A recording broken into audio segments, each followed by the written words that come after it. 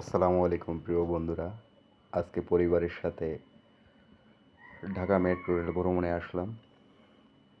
Dhaka metro rail ভ্রমণে এখানে আমরা তিনজনের টিকিট কাটলাম। আমরা মিরপুর 11-তে যাব। আসলে মেট্রো রেলের ভিতরের যে জায়গাগুলো, মানে কি বলবো, এত সুন্দর একটা দৃশ্য, এত সুন্দর একটা পরিবেশ, বাংলাদেশের মতো জায়গায় যে এরকম কোনো কিছু তৈরি হবে আগে কখনো কল্পনাও করা যায় নাই। সেই জিনিসগুলো বর্তমান বাংলাদেশে আমরা দেখতে পাচ্ছি। এখানে মেট্রো রেলের ভিতরে প্রবেশ করতে হলে একটা কার্ড আছে, কার্ডটা শো করা লাগবে। শো করলে এখানে দরজা ওপেন হবে এবং সামনে লিফটে আবার উপরে ওঠা লাগবে। আমরা 2 তলা আছি, 2 তলা থেকে 3 তলায় ওঠা লাগবে। 3 তলায় ওঠার পরে এই যে ডিজিটাল লিফট, আপনি এখানে দাঁড়িয়ে থাকবেন, উপরে আপনাকে নিয়ে চলে যাবে।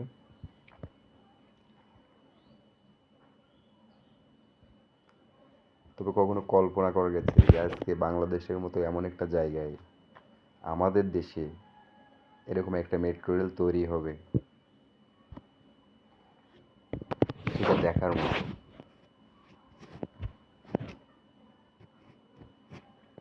প্রিয় বন্ধুরা, আমার পরিবারের সাথে, বিশেষ করে আমার আব্বুর সাথে আজকে 32-30 বছর বয়সে জীবনে প্রথম ভ্রমণ এটা। তিনি অসুস্থ ছিল, তাকে ঢাকা সোহরাওয়ার্দী হাসপাতাল থেকে নিয়ে সরাসরি মেট্রো রেলে নিয়ে আসলাম। এখান থেকে আমরা যাব মিরপুর 11। সামনে এখানে ট্রেন আসবে, আমরা ট্রেনের অপেক্ষায় আছি। এখানে সম্পূর্ণ সম্পূর্ণ মানে কি বলবো, সেন্সারে কাজ করবে। আমরা ট্রেনের অপেক্ষায় আছি, একদম জাস্ট যে টাইমে আসার কথা ঠিক সেই টাইমে এখানে ট্রেন চলে আসবে। এখানে লোক দাঁড়ায় আছে, সব একবারে চলে যাবে। শত শত লোক এই ট্রেনে একই সঙ্গে উঠতেছে এবং নামতেছে। এই যে ট্রেন চলে আসলো, মেট্রো রেল।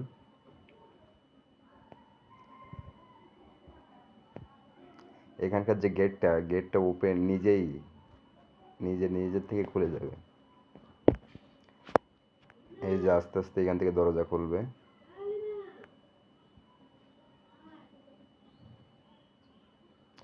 আমরা এখন মেট্রো রেলের ভিতর প্রবেশ করব।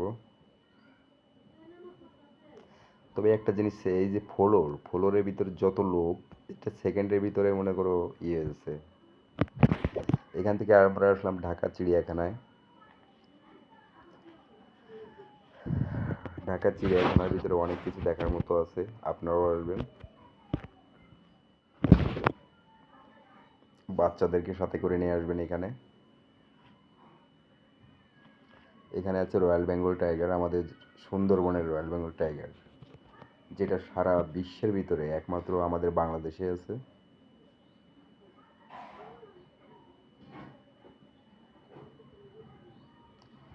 এখানে 2টা খাঁচা আছে, একটার ভিতরে 2টা রয়্যাল বেঙ্গল টাইগার আছে, আর একটার ভিতরে একটা আছে। এই যে এটা 23 সালে 15/4/2023 জন্মগ্রহণ এটার। দেখেন, একবার ওই পাশে যাবে, একবার এই পাশে আসবে।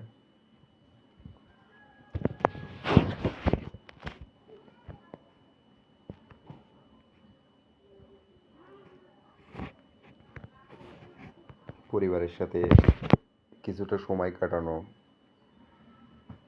এখানে আছে জিরাফ।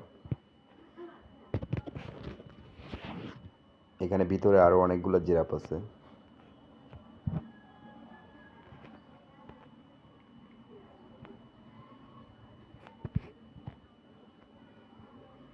এটা জেব্রা।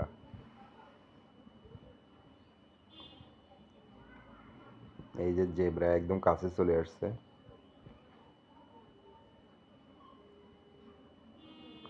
কয়েকটা জেব্রা আছে এর ভিতরে, যেগুলো আমরা ডিসকভারি চ্যানেলে দেখি বা বাইরে এগুলো দেখি।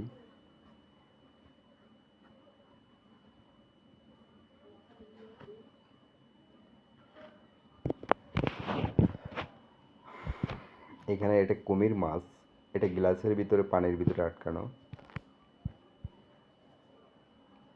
এই জাদুঘরের ভিতরে অনেক কিছু আছে দেখার মতো।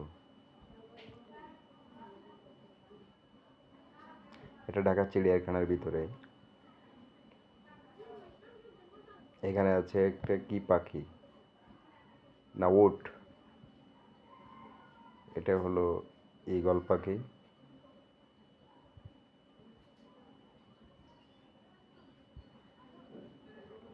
এখানে আছে কিছু কচ্ছপ, আমাদের বাংলাদেশি দেশীয় কিছু কচ্ছপ রাখা আছে।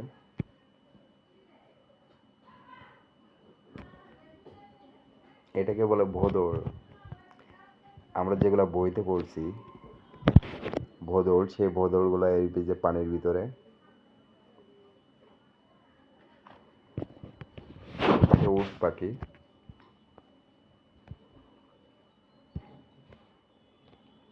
অনেক উঁচু, প্রায় 5 ফুট মতো উঁচু।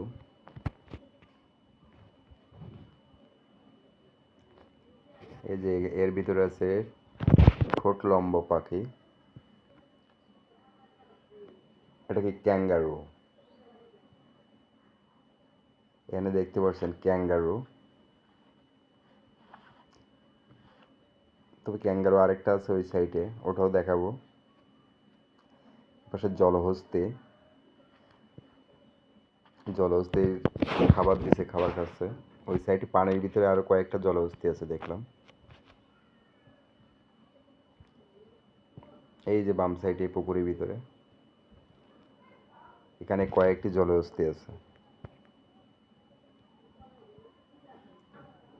ওই যে পানির ভিতরে দেখা যাচ্ছে।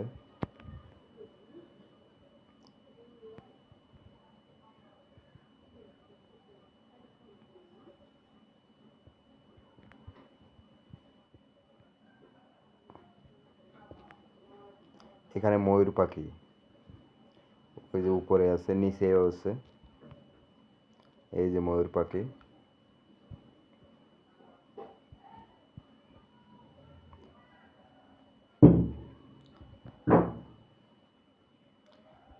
আপনারা ফ্যামিলি নিয়ে ঢাকা চিড়িয়াখানায় ঘুরতে আসবেন, অনেক ভালো লাগবে।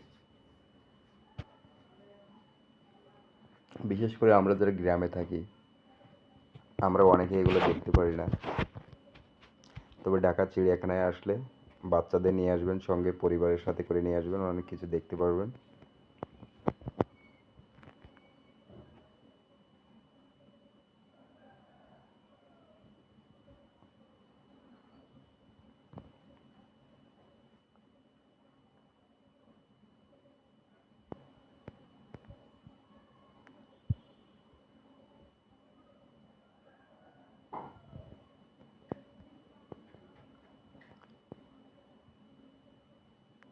বাংলাদেশে ঢাকা চিড়িয়াখানার সাথে একই সাথে আপনারা আরও একটা জিনিস দেখতে পাবেন, সেটা হলো বোটানিক্যাল গার্ডেন। বোটানিক্যাল গার্ডেনের ভিতরে ওখানে অনেক ধরনের গাছ আছে, যেগুলো দেখার মতো। এখানে একটা বক আছে রাখা, একটা